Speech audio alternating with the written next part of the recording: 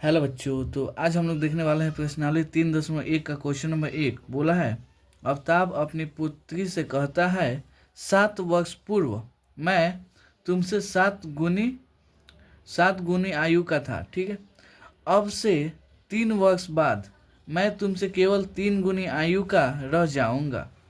क्या यह मनोरंजक है? इस स्थिति को बीजगणितीय एवं ग्राफीय रूपों में व्यक्त कीजिए। ठीक है, तो यहाँ से करते हैं हल। पहले क्वेश्चन को समझिए। एक आफ्ताब है जो कि अपने बेटी का क्या है जी, पिता है। अपने बेटी से बोलता है यानी पुत्री से बोलता है कि 7 वर्ष पहले यानी 7 साल पहले मैं तुमसे क्या था जी, 7 गुना बड़ा था। यानी मान लीजिए बेटी 10 साल की होगी तो पिता कितना का होगा जी, 70 साल का होगा, 7 साल पहले। ठीक है, और बोला है अब से 3 वर्ष बाद, यानी अब से क्या जी, 3 वर्ष बाद क्या होता है जी, मैं तुमसे केवल 3 गुनी। अब से 3 वर्ष बाद मैं तुमसे केवल 3 गुना, यानी बेटी 10 साल की होगी तो पिता 30 साल का होगा। ठीक है, तो वही बोला है कि क्या यह मनोरंजक है। तो आपको देखिए, देखने में ही लग रहा है पहले 7 गुना था, अब क्या हो गया जी, 3 गुना। तो मनोरंजक तो हिले है। तो आते हैं इसे हल करते हैं। क्या करते हैं जी, हल। सबसे पहले यहाँ पे मानिएगा, क्या मानिएगा जी, माना आफ्ताब आफ्ताब की आयु, क्या जी, माना आफ्ताब की आयु। आफ्ताब माने कितना साल का है, इसको क्या मान लेते हैं जी, 1 वर्ष मान लेते हैं, क्योंकि यहाँ पे मान कुछ दिया नहीं है कि आफ्ताब इतना साल का है, तो हम इसको क्या मान लीजिए, एक्स। ठीक है, अब यहाँ पे मानते हैं आफ्ताब की पुत्री की आयु, क्या जी, आफ्ताब की पुत्री की आयु, ये कितना हो जाएगा जी, इसको हम मान लेते हैं वाई वर्ष, क्या जी, वाई वर्ष। यहाँ तक कोई दिक्कत नहीं। देखिए, ये सब वर्तमान में माने हैं। वर्तमान में क्या है जी, आफ्ताब का उम्र एक्स है, तो आफ्ताब की पुत्री का आयु वाई है। ठीक, तो यहाँ पे देखिए केस 1 में क्या दिया है जी, यहाँ से लेकर 7 वर्ष पहले मैं तुमसे क्या था जी, 7 गुना आयु की थी, आयु का था। मतलब ये एक केस हो गया, ये वाला दूसरा केस हो गया। अब से 3 वर्ष बाद मैं तुमसे केवल 3 गुना आयु का रह जाऊंगा। ये देखिए, ये एक केस हो गया। इसके आगे वाला ये क्या हो जी, दूसरा केस हुआ। तो दोनों को लिख लेंगे 7 वर्ष पूर्व, क्या जी, 7 वर्ष पूर्व पूर्व आफ्ताब की आयु, आफ्ताब की आयु 7 वर्ष पहले आफ्ताब की आयु कितना हो जाएगा जी, यहाँ आप देखिए अभी एक से, तो 7 वर्ष पहले इसमें से एक 7 घटाएंगे ना। 10 साल पहले कहता तो एक्स में से 10 घटाते, 20 साल कहता तो एक्स में से 20 घटा लेते। ठीक है, इतना वर्ष आ गया। ये 7 वर्ष पहले का वैल्यू है। यहीं पे 7 वर्ष पूर्व आफ्ताब की पुत्री की आयु, ये कितना हो जाएगा जी, y-7 हो जाएगा। ठीक है, इतना वर्ष हो गया। यहाँ तो कोई दिक्कत नहीं। अब आते हैं केस 1 पे, क्या जी, केस 1 कहिए चाहे प्रश्नोत्तर 1 कहिए। ठीक है, केस 1 पे क्या बोला है जी, इन दोनों को हम बराबर करते हैं। 7 साल पहले इसको ही बराबर करते हैं और इसको। ठीक है, तो ये देखिए ऐसे तो बराबर होगा नहीं, क्योंकि पिता का उम्र पुत्री की उम्र दोनों बराबर होगा नहीं। लेकिन यहाँ पे क्या बोला है जी, 7 गुना बड़ा है। कौन बड़ा है, पिता। तो यहाँ बराबर करना है तो इसमें उल्टा होता है। कौन बड़ा है जी, ये पिता बड़ा है, तो इधर गुणा नहीं करेंगे क्योंकि और ज़्यादा बड़ा हो जाएगा। बराबर करने के लिए हम क्या करेंगे जी, इधर 7 से गुणा करेंगे। अब ये तकजुई क्या हुआ जी, एकदम फिट बैठेगा। अगर इधर गुणा करते तो ये पहले ही से ज़्यादा और ही ज़्यादा हो जाता, तो क्या बराबर होता, नहीं होता। इसलिए इधर गुणा किए। अब यहाँ देखिए x-7, ये वाला 7 में y से होगा तो 7y, अब प्लस माइनस 7×7 = 49। यहाँ आप देखिए x माइनस ये कितना है जी, 7y, प्लस में इधर आएगा तो माइनस में हो जाएगा 7y। यहाँ पे -49, आई 7 माइनस में उधर जाएगा तो प्लस में हो जाएगा, ठीक है। तो ये कितना हो गया जी, x minus 7y equal to 49 में 7 गया 42, 49 के पहले कौन साइन है जी, माइनस, तो माइनस यहाँ पे लग जाएगा, ठीक है, कोई दिक्कत नहीं।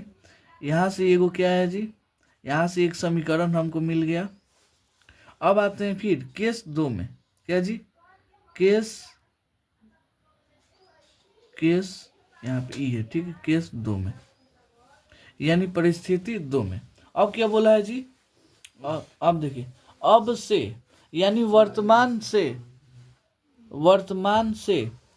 3 वर्ष बाद मैं तुमसे कितना बड़ा हो जाएगा जी, यानी पिता अपने पुत्री से कितना बड़ा हो जाएगा, 3 गुने।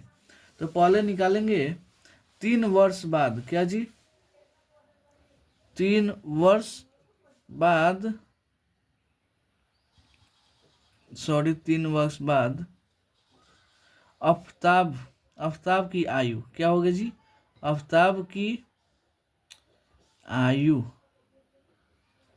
अब से, तो ये तो हम क्या माने जी, ये वर्तमान माने, तो अब से 3 वर्ष बाद यानी x प्लस 3 यहाँ पे होगा ना जी, x प्लस 3 वर्ष हो जाएगा।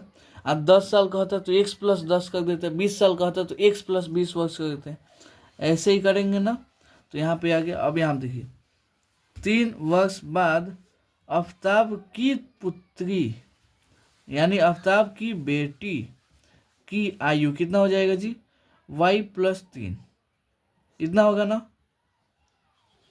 कोई दिक्कत नहीं। अब यहाँ देखिए प्रश्नोत्तर से आते हैं। अब फिर दोनों को क्या करेंगे जी, बराबर बराबर बराबर होने के लिए दोनों एकदम समान होना चाहिए। तो ये पिता क्या है जी, 3 गुना बड़ा है, तो इधर गुना नहीं करके इधर करेंगे, क्योंकि इधर होगा तो क्या होगा जी, ये पहले से ही बड़ा है और ही बड़ा हो जाएगा, तो इधर क्या होगा जी, गुना हो जाएगा। तो ये हो गया x प्लस 3, यहाँ पे 3 में y से होगा तो 3y और 3 3 9 हो जाएगा। देखिए x, ये 3y प्लस में इधर आएगा तो माइनस में हो जाएगा, ये वाला 9 3 किस में है जी, प्लस में इधर आएगा तो माइनस में, ये 9 होना चाहिए ना जी, ये क्या हो गया जी, माइनस में। तो 3y माइनस 9 में 3 गया 6, ये 1 हो गया, ठीक है, कोई दिक्कत। लेकिन यहाँ पे देखिएगा इतना तो बन गया। अब क्या बोला है जी, इस परिस्थिति में बीजगणितीय एवं ग्राफीय रूप में लिखे, तो इसी को बोलते हैं क्या जी, बीजगणितीय, क्या जी, इसी को बोलते हैं बीजगणितीय। ये भी क्या हो जाएगा जी, बीजगणितीय, लेकिन हमको एक ग्राफीय रूपों में भी व्यक्त करना है। तो सबसे पहले एक डब्बा बनाएंगे, क्या जी, डब्बा यानी कोठा ऐसे बन जाएगा, ठीक है। देखिए ग्राफ में बनाने के लिए सबसे पहले ये हमको पहले बनाना पड़ेगा। देखिए इसको, ये कितना है जी, x minus 7y equal to minus 42, ठीक है, कोई दिक्कत नहीं। अगर हम x का वैल्यू कितना लेते हैं जी, 0, अगर हम x का वैल्यू लेते हैं 0, तो ये मान लीजिए ये पूरा 0 हो गया, यहाँ देखिए 0 हो गया, ये 7y यहाँ पे माइनस 42, तो ये 0 का तो कोई वैल्यू नहीं, माइनस से माइनस कट जाएगा और 7 6 42, यानी y का वैल्यू कितना आ जाएगा, 6 आ जाएगा, इतना हो गया। अगर हम y का वैल्यू कितना लेते हैं जी, 0, अगर y का वैल्यू 0, तो ये पूरा 0 हो जाएगा, x का वैल्यू कितना आ जाएगा जी, माइनस 42, कोई दिक्कत नहीं। ऐसे ही सेम काम इसमें भी करेंगे, इसमें भी एक कोठा बनाएंगे, इसमें भी डब्बा बना देंगे, ठीक है। यहाँ पे होगा x, यहाँ पे y। अब देखिए इसी से बनाएंगे कितना जी, x minus 3y equal to 6 चल गया ना। अब यहाँ पे देखिए क्या रखेंगे, x का वैल्यू सबसे पहले 0 रखेंगे, तो ये वाला पूरा 0 हो गया, ये -3 इधर जाएगा तो कितना हो जाएगा जी, 6 में -3 से भाग दीजिएगा, 3 एकम 3, 3 दूना 6, यानी -2 आ जाएगा। तो यहाँ पे कितना लिख देंगे जी, -2 लिख देंगे, ठीक है। अब यहाँ पे देखिए अब क्या होगा जी, अगर हम y का वैल्यू कितना लेते हैं जी, 0, अगर y का वैल्यू 0, तो ये तो टोटल 0 हो गया, यहाँ पे x इक्वल टू 6 हो गया, ठीक है। अब ये जो केस दिख रहा है ये और एक ये वाला है, इसी की सहायता से हम ग्राफ पे इसका फिगर बना देंगे, वही क्या हो जाएगा जी, इसका आंसर हो जाएगा। तो चलिए अब आते हैं ग्राफ के कॉपी पे। चलिए तो यहाँ पे हम ग्राफ पे पहले से ही लिख लिए हैं। यहाँ पे देखिए, यहाँ पे होता है एक्स और यहाँ पे होता है एक्स डैश, यानी यहाँ पे एक्स के मान को लिखा जाता है और ये होता है क्या जी, वाई, यहाँ पे वाई डैश, यानी इस वाले लाइन पे वाई के मान को क्या किया जाता है जी, लिखा जाता है। ठीक है, तो अब देखिएगा यहाँ पे आप देखिएगा तो एक ये है और एक ये है। ठीक है, समीकरण एक के हिसाब से पहले एक लाइन खींच लेते हैं। कितना है जी, 0,6, यानी एक्स का वैल्यू ये देखिए आपका ये जो गैप है 42, 6 एक दो करते तो 42 बहुत लंबा हो जाता है, जो कि बनाने में बहुत दिक्कत होता है। ठीक है, इसीलिए हम अंतराल यानी गैप कितना का लिए हैं जी, 10-10 का लिए हैं, जो कि आसानी से बन जाएगा। देखिए एक्स का वैल्यू कितना लेना है जी, 0, और यहाँ पे वाई का वैल्यू 6, तो यहाँ पे आ गया ये एक मोटा लाइन। जैसे यहाँ देखिएगा यहाँ से लेकर यहाँ तक का ये पतला पतला लाइन कितना होगा जी, 10 गो, तो इसी में से लेना है 6 गो। तो यहाँ देखिए 5 आ जाएगा, लेकिन यहाँ पे आएगा 6 यहाँ पे, तो इसका नाम क्या हो जाएगा, 0,6। ठीक है, देखिए ये पहला होता है एक्स का मान, क्या जी, पहला एक्स का मान, दूसरा क्या होता है जी, वाई का मान। ठीक है, तो एक यहाँ पे बन गया।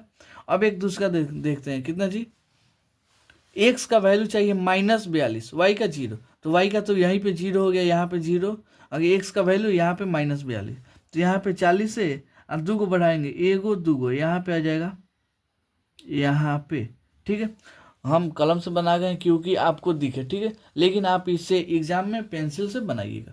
तो देखिए अब इस बिंदु को हम मिलाते हैं। कैसे मिलाएंगे, चलिए इसको मिलाने के लिए इस वाले बिंदु पे लाइन रखिएगा यहाँ पे ऐसे। ठीक है, अब इसको एकदम सीधा काटिए, क्या जी, ऐसे एक लाइन कटेगा। ठीक है, ये ऐसे यहाँ पे एक ये वाला हो गया, एक ये वाला हो गया। अब इस समीकरण का नाम देना चाहते हैं, दे सकते हैं x - 7y = -42। यही क्या हो जाएगा जी, इसका ग्राफ हो गया। अब आते हैं समीकरण 2 वाले का। समीकरण 2 कितना है जी, अब 0 - 2, तो x का वैल्यू 0, लेकिन -2 y का मान, अब यहाँ पे नीचे जाइएगा तो y का मान क्या होता है जी, माइनस होते जाता है। तो -2 आप देखिएगा तो यहाँ पे आएगा, कहाँ पे जी, यहाँ पे 0 के पास एकदम सटे हुए यहीं पे आएगा। ठीक है, तो ये बिंदु हो गया। अगर एक दूसरा क्या चाहिए जी, x का वैल्यू 6, यानी 5 से ज़्यादा यहाँ पे चाहिए, इसको ऐसे हो गया। ठीक है, अब यहाँ से इस बिंदु को क्या करेंगे जी, मिलाएंगे। चलिए यहाँ से क्या करते हैं जी, इसको मिलाते हैं। इसको कैसे मिलाएंगे जी, यहाँ पे ये वाला यहाँ पे मिल जाएगा। ठीक है, अब इस वाले का कुछ नाम दे देते हैं। सबसे पहले ये बिंदु का क्या नाम है जी, यहाँ पे कितना आया था जी, इसको ऐसे लिखते हैं, कैसे जी, कितना है, 0 - 2।